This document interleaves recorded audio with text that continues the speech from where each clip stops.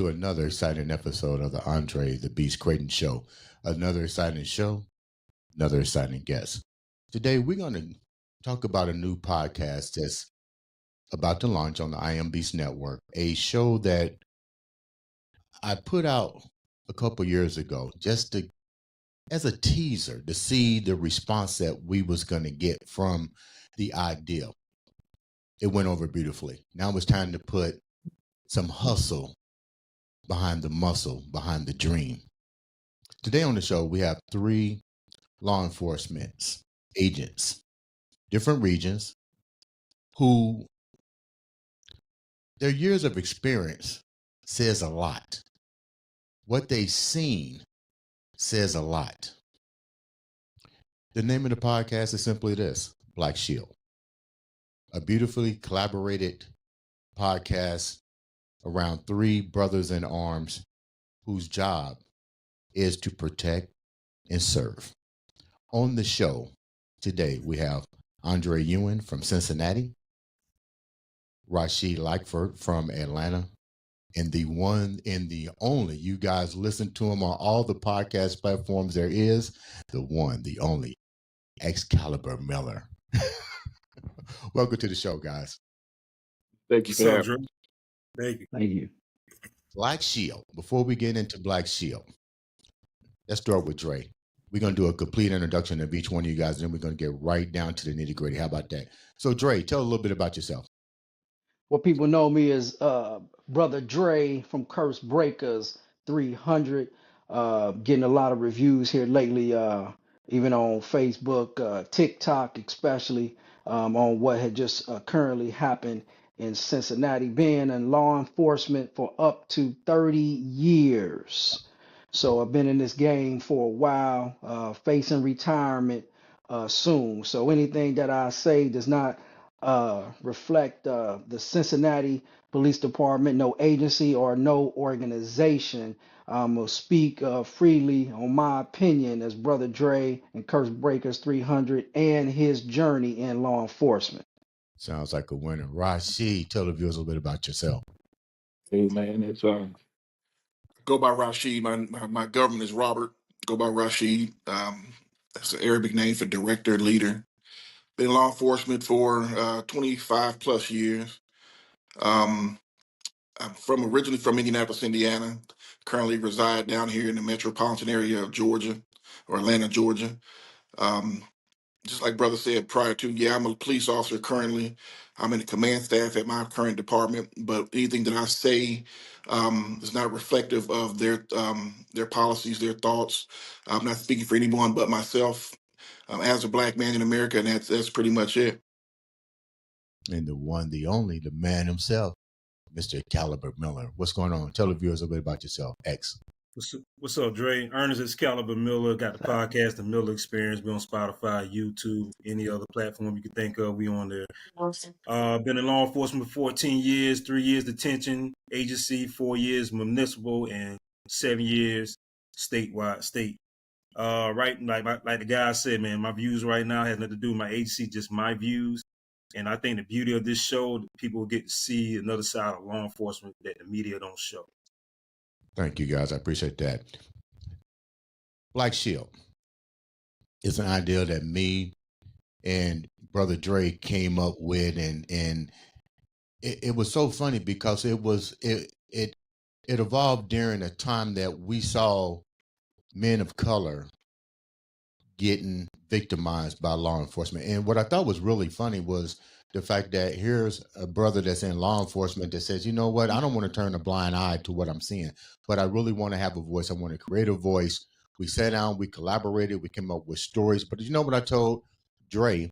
And then when we brought Rasheed on and X, I said, I want the show to be organic, which means I want you guys to talk about things that really impact, really face, not what the society is really facing. And you guys have seen this like crazy, but let's go a little bit deeper. Let's talk about something that's really just happened recently that's all over the place. The situation that happened in Cincinnati with the police shooting. And let me first say, this is this is no reflection on anybody's police department or law enforcement in general. This is what I might call the bird's eye view from people that deal with this every single day. Now, let me recap this from what I understand. And we'll talk about more. This is just the one that's surfacing right now. Here's a stolen car. That's what I heard. A stolen car. And a fleeing in place. Now, I'm not law enforcement, but I'm thinking, am I going to risk my life and other people's life over what may be a Class D misdemeanor? I think it's different when you cross the state lines. I think they call that grand theft auto. But the bottom line is, when do we really sit back and evaluate the approach to a crime? We're talking about a stolen vehicle that now resulted into a killing, a father taking the law into his own hand, striking another brother of the arms in law enforcement. Where does it draw the line? Let's start with Dre. What's your take on it? Because you're from Cincinnati. You have to deal with this every single day. And I pray every single day for all of you guys and all my law enforcement buddies. But Dre, you have to deal with this every day. What's it like there for you? Oh, it's frustrating. Let's first start off, man. It's an honor to be on a panel like this with Brother Rasheed and Brother X, two strong brothers that's not afraid to come forward and to speak. And this is what we need more of, because society has silenced our strong black officers. And if enough speak out and speak the truth, change will come. So I'm going to start off with that. And thank you, Brother Dre, for I Am a Beast Network and putting the black shield out, because we are here not to play sides, but to save lives. I'm going to say it again for people who missed it. We're not here to take sides. We're here to save lives. And if we can save lives where your child or your teenager did not make it based on confrontations with the police, we're going to want to give you the knowledge to say you may be pissed off that day, but you walked away. You may be upset that day, but you walked away. Your rights might have been violated, but you walked away. And then we have enough strong attorneys in place that can, what I call, give you the restructure that's needed, and to make sure these things don't continue to happen. And that's where you have a team unit that comes into place.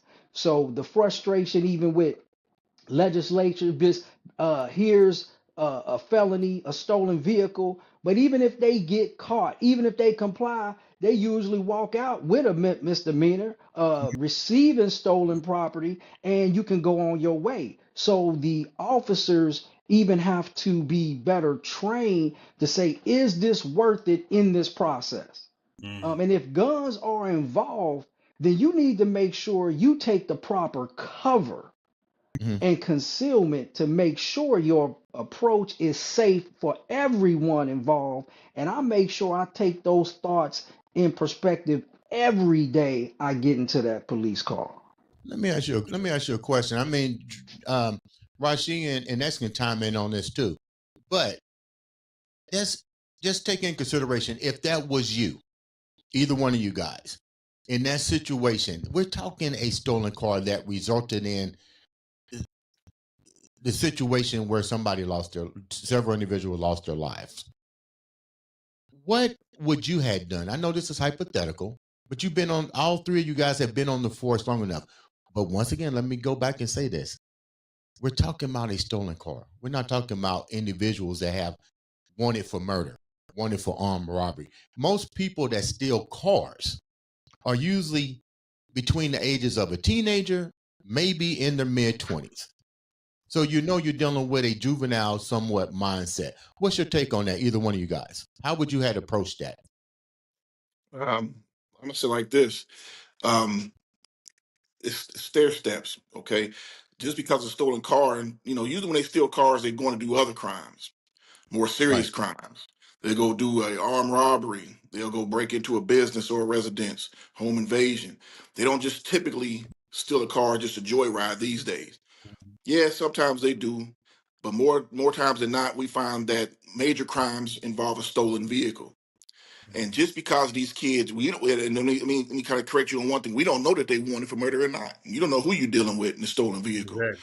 You know what I'm saying? Sometimes it's kids and sometimes it's not.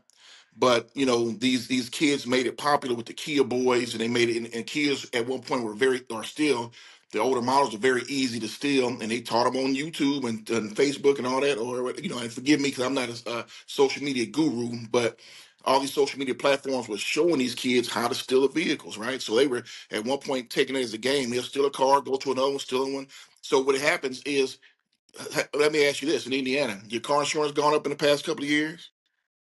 And Yeah. I'm sure it has. Yeah, ours in Atlanta has. I'm sure in Ohio, your insurance has gone up. And why is your insurance going up so high? Not just because of inflation, but because of all this theft.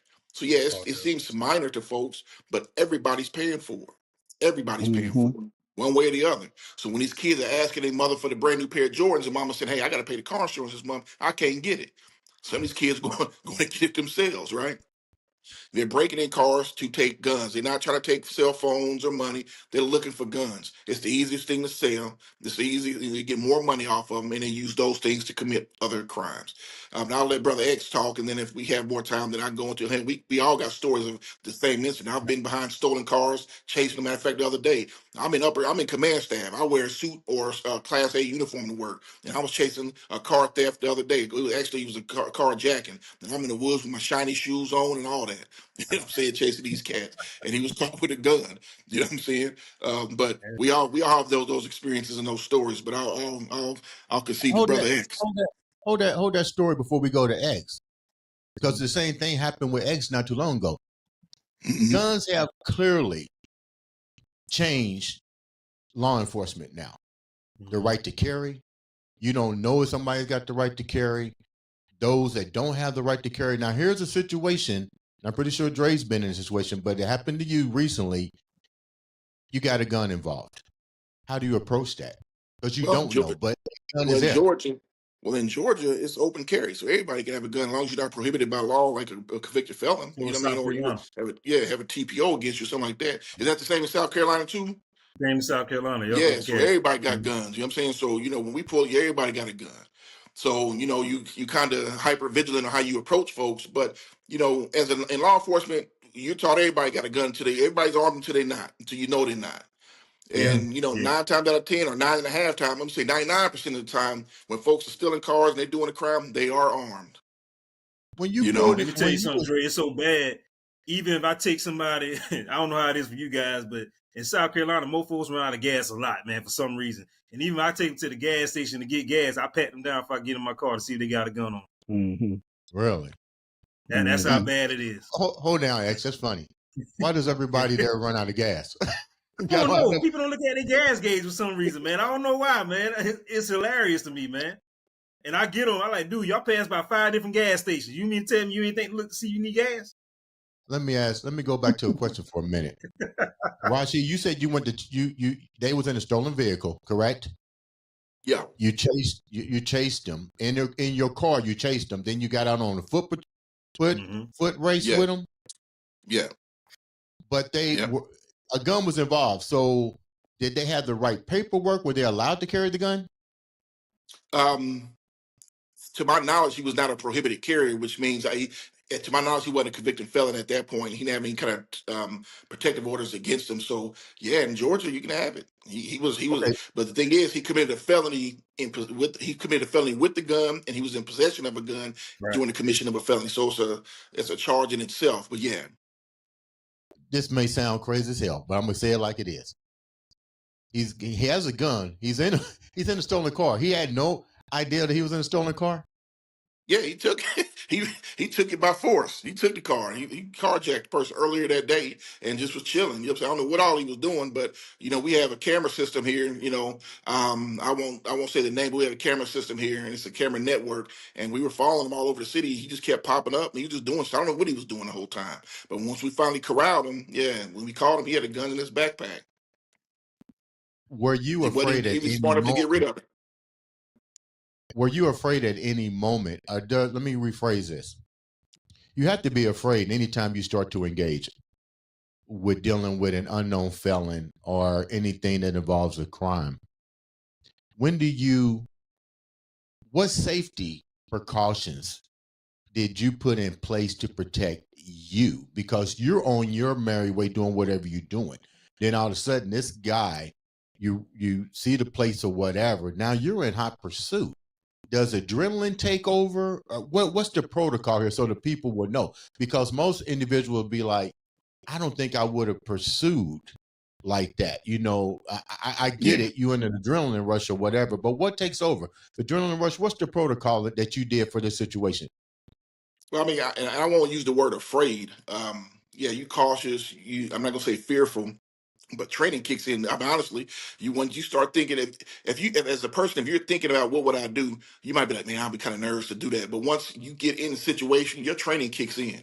Your training kicks in, and all that stuff is in it. I don't even think about anything other than what I'm doing. What I'm looking at my mission. I'm looking at the speed of the vehicle. I'm looking at surrounding other vehicles, people walking on the street. Yeah. That's one thing people don't understand. When you're driving the vehicle at high speeds and you're on the radio, you're giving information to your dispatcher so other officers can get in the area and see what's going on. You're trying to coordinate. You have to be cognizant of where you are on the map, so you know that okay, if he bails out here, I need to set up a perimeter here, here, and here. I need to make sure that if it gets into a gunfight, and all these are going through your mind in split seconds. If it goes to a gunfight, I need to make sure that I know where my rounds are going. Is there barriers between me and them? If he gets out before me, am I going to use my vehicle as cover? Am I going to be able to get anywhere else? Am I going to be able to get a high powered rifle out of the trunk? All these things are going through your head in one split second, less than a split second, right?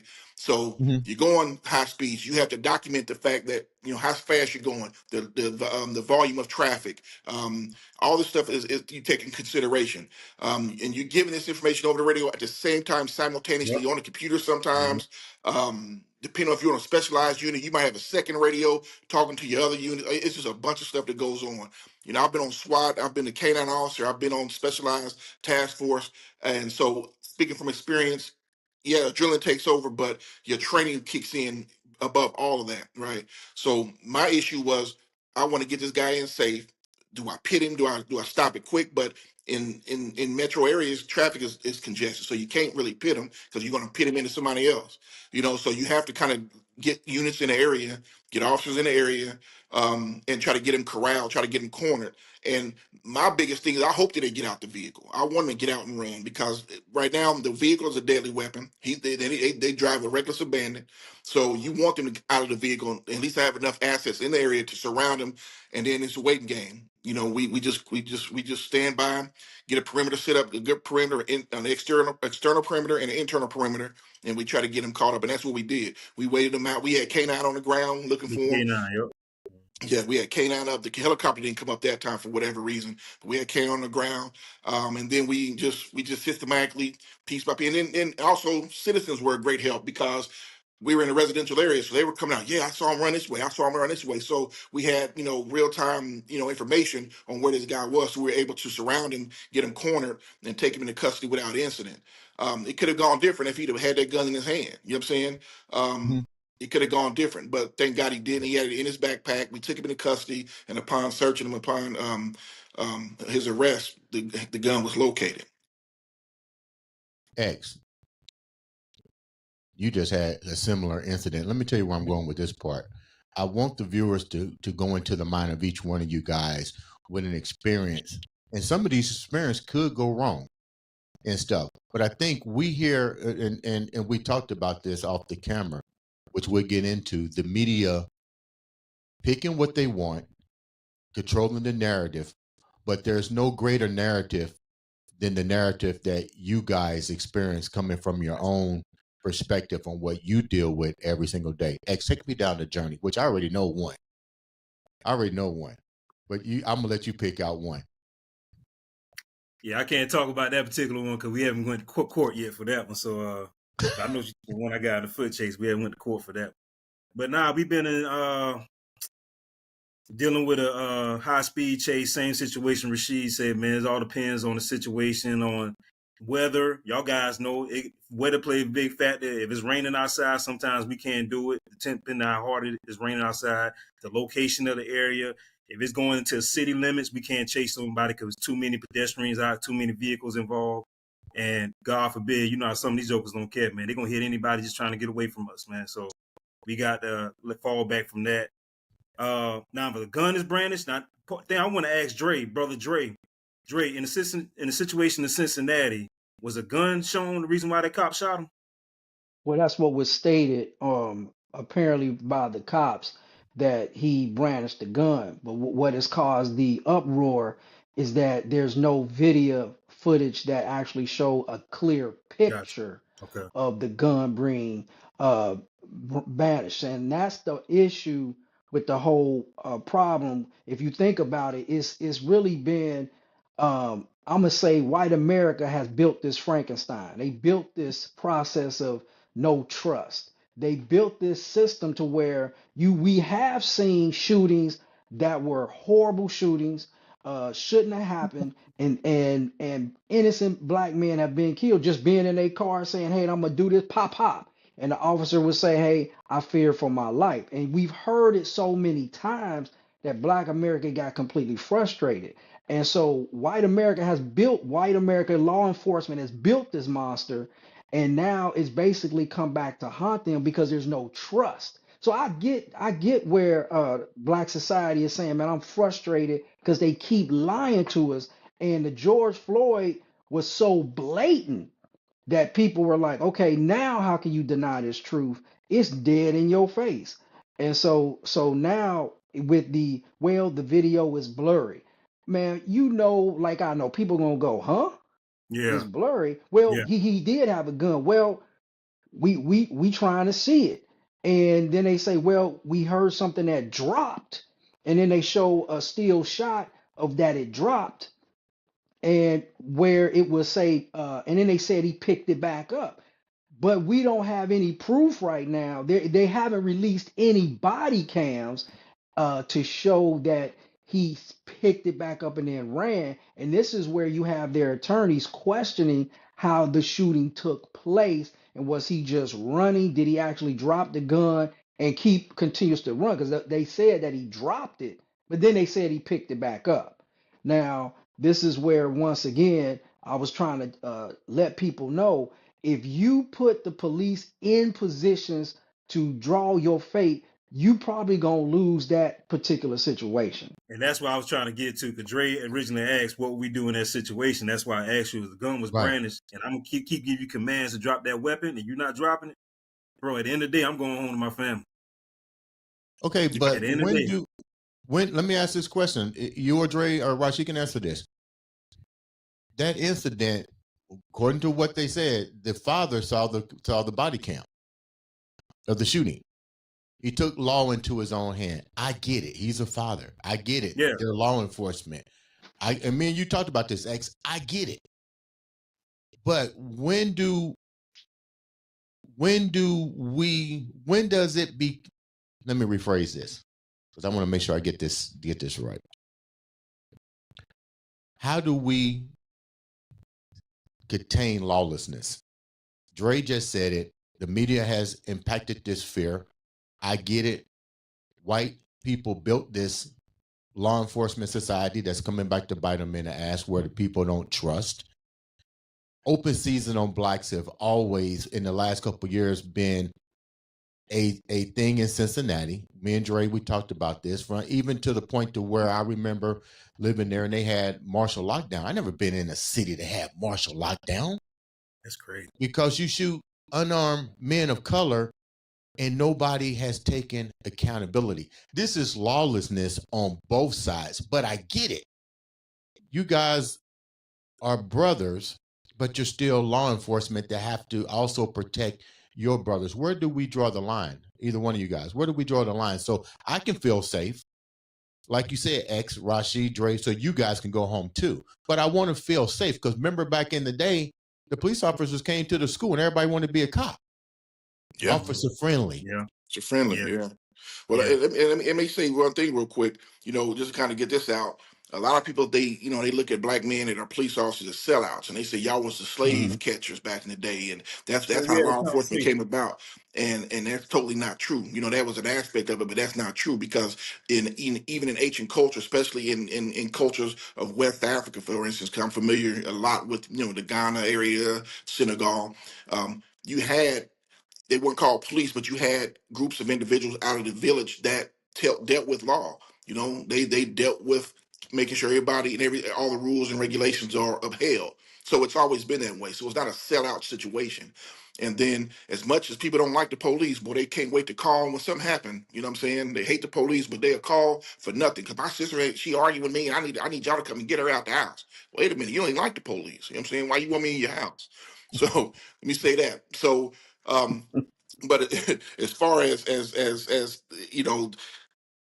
I kind of see where you were getting at. You're trying to what's the difference between us chasing a person, they come out alive, in this situation where they chase a guy and they come out dead. Everything is different, right? Yeah, Everything's everything's different. different. But I think the biggest question is, everybody wants to know what the police. Well, you can't do this and you can't do that. What you need to understand is what the police can do, what the law gives the police the power to do, and the law gives the police power to use deadly force in a lot of situations. One situation that you don't know is taking a piece of equipment off a police officer's uniform. So if you grab me and take my taser off, I have the right to use deadly force on you. The law gives me that right to use deadly force on you. People don't know that. Oh, I just grabbed his taser. You know what I'm saying? But what I'm going to argue is the fact that you can incapacitate me with my taser, then take my gun and shoot me or stump me out. So I'm going home, like Brother X said. I'm going home. So guess what's going to happen? You know what I'm saying? It's going to be it's going to be ugly for you. People don't also understand is when you running with a gun and you running into a populated area. If I can articulate the fact that you are a threat to that area, which you clearly are, if you're running a stolen vehicle, reckless abandon, wrecking a vehicle, getting out, running with a gun in your hand, your life can be taken for the sake of everybody else that's surrounding you. So that's what you have to understand that. It's not just always what the police can't do, it's what can they do. And more times than not, a lot of these, go ahead, Dre, I'm sorry. No, I didn't even think about that. That you brought up a good point. What can they do? But then on the flip side of that, I think Dre talked about this, pulling somebody over, and you see it all over TikTok where the white guy's going around going up there. Well, the constitutional says blah blah blah blah. I'm only allowed to give you this and give you. Oh, that's a sovereign citizen. Oh yeah. Yeah, like how do you? It's sovereign. People are now using the Constitution to protect themselves against police. What's your guys' take on that? Well, what I say is you know your rights. And with that's typically when an officer walks up to you outside with no probable cause, no provocation, say, "Hey, who are you? You have a license? Let me an ID you." And by law, you don't have to provide that information. If he's not suspecting you of a crime, if he's not investigating something, then you can tell him to kick rocks. You know what I'm saying? Yes, you have that. But if you're and that's where people getting it messed up. If you're in a vehicle and you get pulled over, that is a detention. You know what I'm saying? You are not free to leave. That is an investigative detention. He's pulling you over for something. So yes, he's suspecting you of a crime because he pulled you over. You know what I mean? So they always, I had some kids do that. I don't answer questions. I don't answer questions. Rasheed, think about this for a minute. Come on now. Go ahead. How many times have men of color? This just happened to my buddy just last week in Fishers. Fishers, you used to live here. He's coming out of an hotel in Fishers. Boom, he gets pulled over. He calls me and says, "Dre, I got pulled over." I said, "What was the reason?" Well, he said, "I didn't turn the Turkson on." Well, that's bullshit. Now, how many cops have used the power of the badge and the gun to intimidate? Well, that when you fight it in court, Dre. Huh? Yeah. If you felt like and see, this is a problem right here, man. If you felt like you've been screwed by law enforcement, fighting in court. That's the perfect place to fight. Fighting in court. Don't sit there and have a debate with me on the side of the road. Don't sit there and go on social media and argue. Let's fight in court. That's why I went in law enforcement. I wanted to be the change. I was tired of being screwed with. Okay, so let me ask this question. Instead of me complaining about it, go ahead. Let me ask this question. Let's stick with you, and we'll go with Rasheed and then Dre. Why did you get in law enforcement? Because I was tired of being, man, I done got stopped for, I know the thing unnecessary, man, in Jacksonville, Mm-hmm. Florida, and the situation happened to me in Sumter County. Mm-hmm. I didn't like. So that particular day when I got out of the detention center that morning, I went ahead and applied for at a police department. Mm-hmm. I was like, I don't have a record. You know what I'm saying? I don't have nothing going on in my background. My credit was good. Let me go ahead and apply, man. I'm sick and tired of this. Instead of me going on a war path, complaining about it on social media, instead of me just bitching to everybody, complaining about, oh man, woe is me. The man did this to me. The man did this, that to me. Dude, I went here inside and been the change. Mm-hmm. Yeah. And that's the I, problem. If you know, let's say you got pulled over, and let's say because driving while black, let's just use that hypothetically. Instead of complaining about it right then, just go to court and fight it. But what are you fighting? It's you against the officer. Oh, these days it ain't you. These days you got social media, you got live. You can put live on Yeah. your phone and get all that. He's recording, you recording. That's why I tell people record, man. Record. I don't mind you record me because I'm above reproach. I want you to record, but that's what you do. Back in the day, back when you know, and I mean, real quick, let me sit back. And I'll answer your question that you just asked, and then I'll go back into that point. I became a Okay. police officer. I always wanted to be a cop.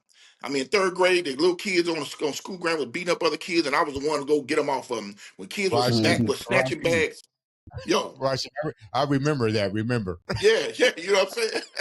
Yeah, when they was bag snatching on Halloween, I was the one to go get Yeah. the bags back. I've always wanted to do it. But I've been victimized by police. 'Cause I hung with gangs. I wasn't a gangbanger, but I hung while my buddies was. So I hung with them. So in essence, I was a gangbanger right in their eyes. So I've been victimized. I've been beaten by the police because my first and last name didn't sound like a regular first and last name. And it was after curfew. Left my ID at my girlfriend's house, walking home on the east side of Indianapolis. It was a white and black cop pulled me over, asked me my name. I couldn't produce ID. They took me behind the store and whooped me. Took me Wow. home and asked my mother my name. When she confirmed my name, their eyes like, oh shit. But guess what? I came in contact with both of them when I became a police officer. But that's the story for a different day. But you know, Mm-hmm. I became a police officer because I've always wanted to be a police officer.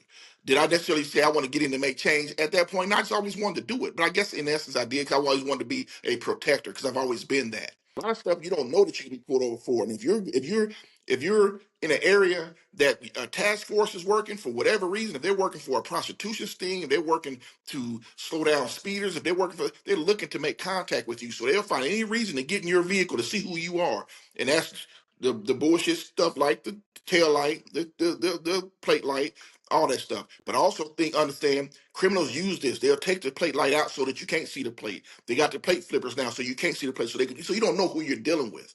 So you make contact with the people. Our department and most departments around the U.S. are taught to introduce yourself and tell that citizen why you're coming in contact with them. Hi, my name is Officer So-and-so. The reason for the stop is this. That nullifies any reason why you stopped me. I just told you. A lot of people get upset because they don't want to be Mm-hmm. inconvenienced. You know what I'm saying? So they're like, man, why are you stopping me? And now you turn it into a situation, like brother said, fight in court. You know where you were when you got stopped. You can get on the phone right then, down 911, say, ma'am, I want to stop. A cop is being rude to me. I need his supervisor or his name, or look at his name, ask for. Most cops are required to give you their name and badge number at this point. And then go home, take the ticket, take whatever he's going to give you, go home, document this, and get with your lawyer and break them off in court. These days, yeah, back in the day, didn't work like that. These days, yeah, you know, you're gonna have a problem because anytime we get a complaint in our department, we take it serious, whether it be small, whether it be minute, we take it serious, and we take it, we investigate any complaint as if it was a damn murder. I'm being honest with you. We'll pull GPS location for that vehicle. We'll pull that guy's body camera. We even sometimes, hey, let me see your phone. Were you texting? What was going on? We do everything because now society ain't going for the cover up. They're just not doing it. That's one good thing that's come out of this. I will say that they're not going for the cover up. Only thing I hate is that they just push the narrative that they want to push. Dre, Hey, why'd you Dre, get I'm in gonna law come back home. enforcement? I got my mom nursing home blowing me up right now. I'm coming back Oh, on, okay? okay, Dre, why'd you get in law enforcement? Man, let me tell you something. Law enforcement is the hardest job in America. Point blank. It's the hardest job in America. Split second decisions. You have with the power of a pen to change somebody's life immediately. These are some of the things that I looked at. So when I was younger, I got pulled over by a cop. I'm coming from the gym, so back then, Dre, I'm up here barrel, I mean, in competition mode. I got on my bandana sweats, uh, tinted tinted windows, and Yeah. I get pulled over. Even in that moment, even back then, my father had educated me. Okay, educated me in the early 80s in high school and even early 90s. He educated me all through my life. Man, you put both hands on that steering wheel, you roll down all your windows, and everything you say is yes, sir, no, sir, yes, ma'am, no, ma'am. He said, because automatically you at a disadvantage Yeah. off the rip. He said the perception, the mindset, this man is nervous. You have no idea what his mindset is approaching you.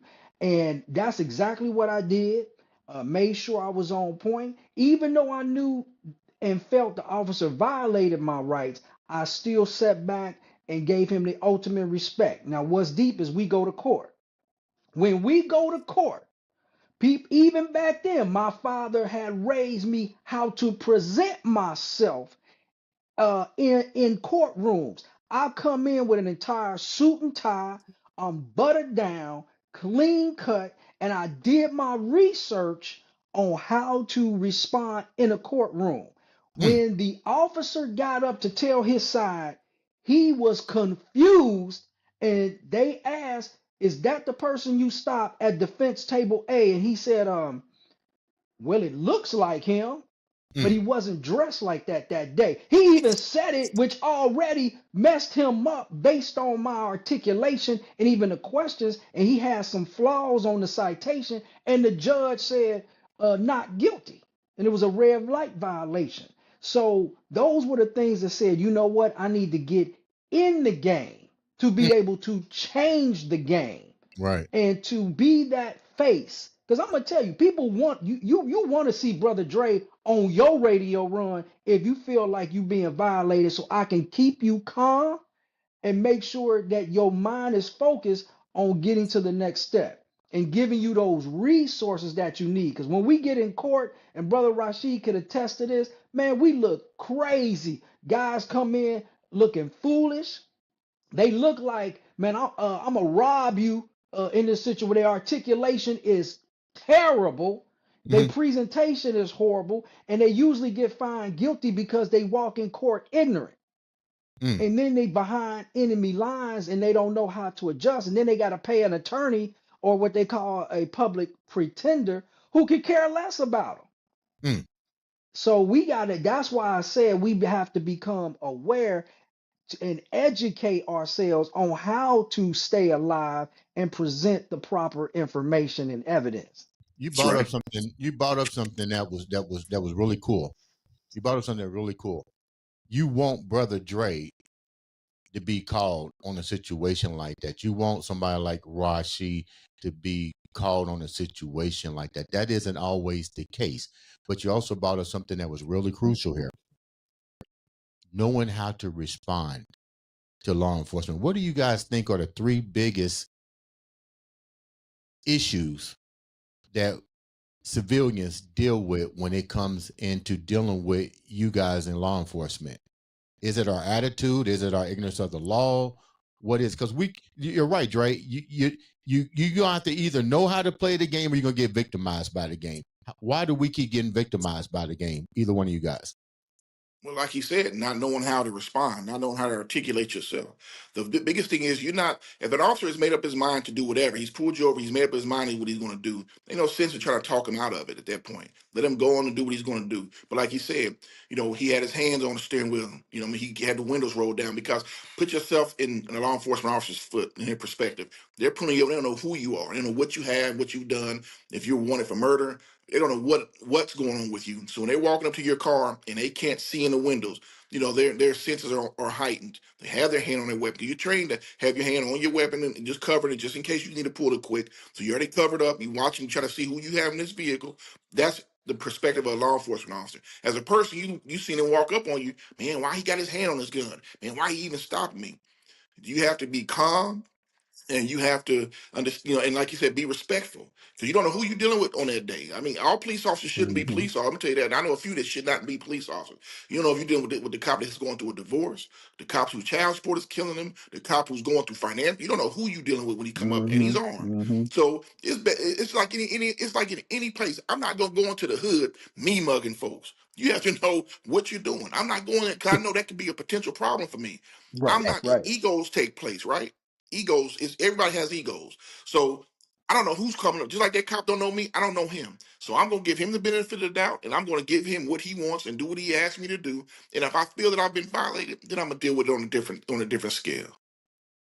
You know, Dre, and we like brother Exactly. said, these kids are going to court, their pants halfway off their tail, they got their hats on, they having to tell, take your hat off, son. They talking this the slang, and they not even talking, you know, you don't know what the hell language they talking, you know, and this judge, typically the educated person on his bench, looking like Jesus Christ. And they gonna thunder you.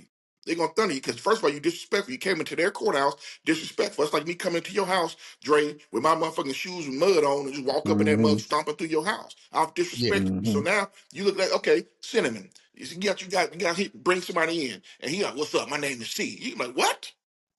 You know what I'm saying? yeah, Who? You know what I'm saying? You yeah. automatically on 100. You like, I don't want this kid here. I don't know this kid. Correct. That anything he does, he gonna fail. Unless he comes to you and say, sir, you know, hey, I'm thank you for allowing me to come to your house. And unless he straightens that up, you ain't gonna have no love for that guy.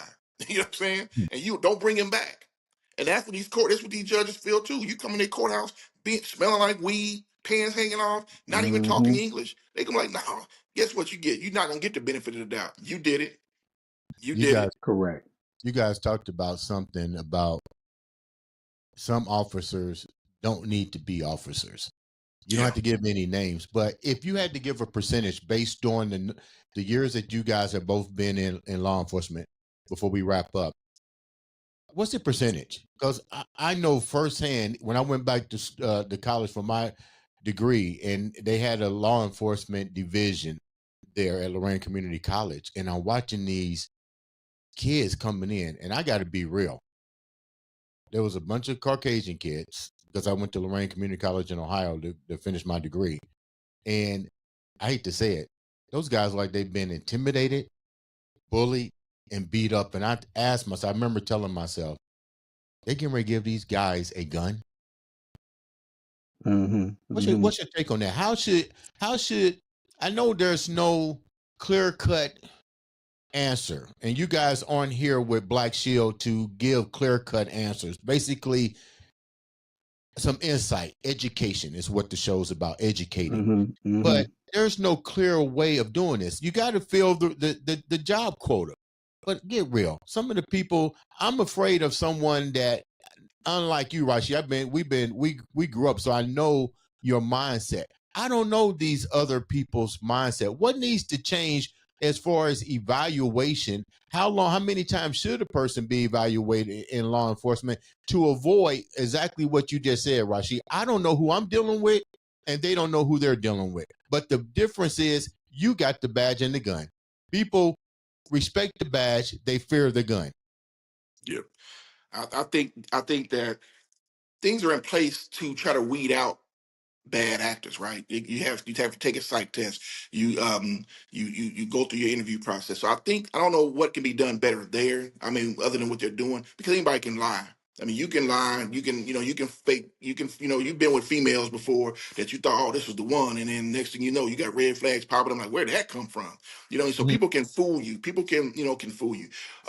One thing is we need to put more on each other as police officers to make sure we know if we see one of our partners going overboard, we need to stop. Am I my brother's keeper? That works in race, that works in family, and that works even in business. So if I see one of my fellow officers going too far or getting hyped, I need to pull them back. Hey, bro, I got this. You go calm down. Those are things we need to put more back on ourselves with that, because like Brother Drake was talking about earlier, how this job is the hardest job in the world, is because you're trained to be a police officer. You're trained to enforce laws and regulations, rules and regulations. But anytime you get a call, you can be a counselor. You have to literally diagnose mental health at a glance, because you walking up on a person and you see certain, attributes of this person that figure that he might not be all there together. You're not no doctor. The doctors go to school for years to be able to do that. But you're a cop. You have to be a psychologist, a mother, a father, a teacher, a mentor, an enforcer, all this at one time. And that's a lot to put on a person. So, one good thing, training is real beneficial. And there's a lot of training out there for officers to learn how to do more, these things. But again, you're one person. Doctors go to school to be a doctor, and then they might take a specialty. They're not taking a whole bunch of different schools and stuff and have all that on their mind. Police also have all this, a piece of everything on their plate. And that's hard, right? But I think the biggest thing is for us to make sure that we let our counterparts know if we see something going on, hey man, you all right today? Man, I'm going through a divorce. Brother, why don't you take a couple of days off? You know what I'm saying? They have these things in place in these departments. People just have to use them.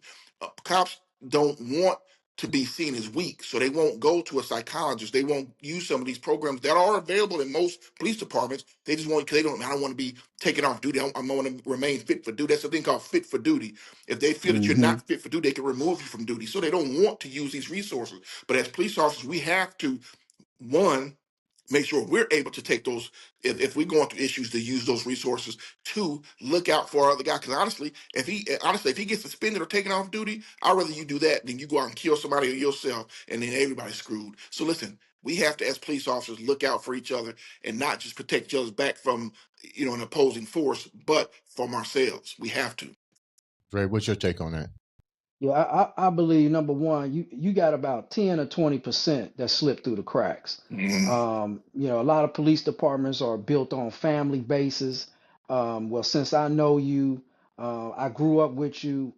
Police legacy is huge. I like the way you said that. In the family, and so if they can be the worst ever, but still be in a position to be moved up, and the whole system is political. I believe they need to implement what I call a panel committee from the community.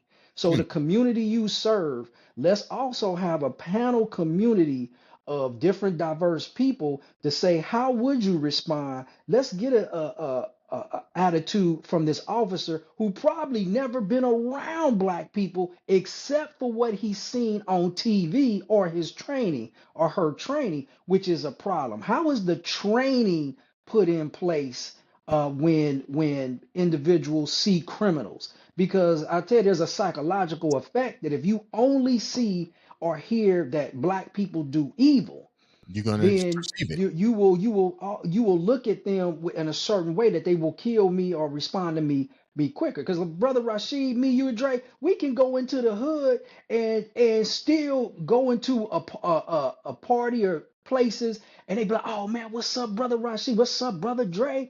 And they still cool. Right. But a white person's not gonna do that. So who does white people usually hang around? White people. And so they're comfortable. So even if when people say, well, what about the person who has they got a gun and they talking them down, because that's all they hang around. So we have to change the narrative in the process of how you can talk to people, present things, and like brother Rashid said, man, what's going on with you today? I said an officer should be evaluated every 3 months. Wow. Every 3 months, come in for a nice, thorough, man, you doing okay. Because like he said, man, you are having to navigate people's lives in your hands. And on the flip side, what's going on in your own house, probably where you being disrespected. Police got the highest suicide rate.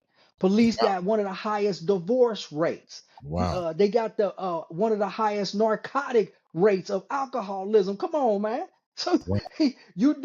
you are expected to do some of the greatest things in protect and serve, but yet you're not getting serviced according to the system to help you out to protect and serve. With that said, I appreciate you guys coming on and sharing and launching Black Shield. Dre and Rasheed, thank you for helping me come up with the creative mindset to do this. This is definitely a need. But why don't you guys both tell me, why is there a need for such a podcast in your mind? Let's start with you, Rasheed. Well, because social media is so big and they putting all the negative stuff out, so it's good to put a positive spin. And it's not necessarily, I don't really say a positive spin, but a different mindset to it. Put faces to it, because a lot of people don't know these police. They just know what the media, how they introduce them. With this, you're going to be able to meet us, know what our struggles, know what we're going through, and then reading, kind of going through our mindset. Why would this happen? Because the questions that you ask are some of the questions that citizens have as well. Well, why would you do this and why would you do that? Well, now you can hear directly from the horse's mouth, because between all three of us, you probably had close to 80 years of law enforcement experience, in different aspects of law enforcement, not just patrol, but different aspects of that. So you get that from us. You'll be able to get, and also I'm sure you're going to have a situation people can ask questions as well, Right, and then you can right. get your questions answered by legitimate people. We're not here we're not here to promote a particular brand other than the podcast itself. We're not here to promote certain. So we're going to tell you the truth. We're not going to tell you, oh, I want y'all to promote peace and happiness today. No, we're going to tell you the real deal, and you get it from the horse's mouth. So I Dre, think that's why it's a great platform for that. I appreciate that. Dre, what's your take on why is Yes, the need for Black Shield? man, Black Shield is needed because of the number one, education. We are here to educate. And as I said at the beginning, I'm not here to play sides. I'm here to save lives. And just yesterday, I'm still, of course, in Cincinnati. The tension is hot and it's going to be hot for a while. Right. But I understand that I'm trying to save lives. So I have to still give individuals a positive mindset that there are still good police officers out there. Don't brand me because of my uniform. So I'm still waving. How y'all doing? And it was a group of three black sisters with their kids, and they're like, "Nah, we're not gonna wave." And then they tell their children, "Hey, don't speak to the police. Now leave them alone." But then when they approach us with their kids saying, "Oh, you better be good, or they gonna arrest you."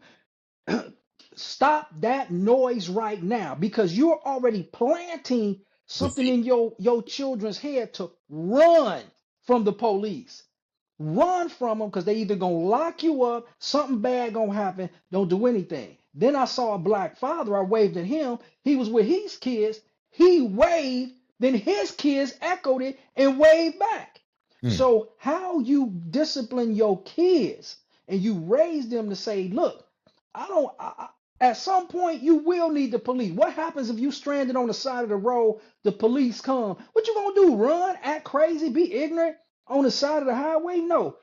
I need you to assist me. So we gonna educate people Mm. to help them break this stigma of what they think they know, and show them what exactly should happen in this process. And prayerfully, even in my retirement, I'm gonna help consult more to where if you got problems in a particular area, agency, then Brother Dre gonna be that advocate for you to say, nah, this is how it should have been set up. Let's look deeper into it. Guys, thank you so much. And we'd like to thank X for coming on the show and being part of you guys' Black Shield podcast program. Ladies and gentlemen, coming soon, 2025, this spring, this summer, the new podcast, Black Shield, starring Andre Ewing, Rasheed, Lightford, and Xcalibur Miller.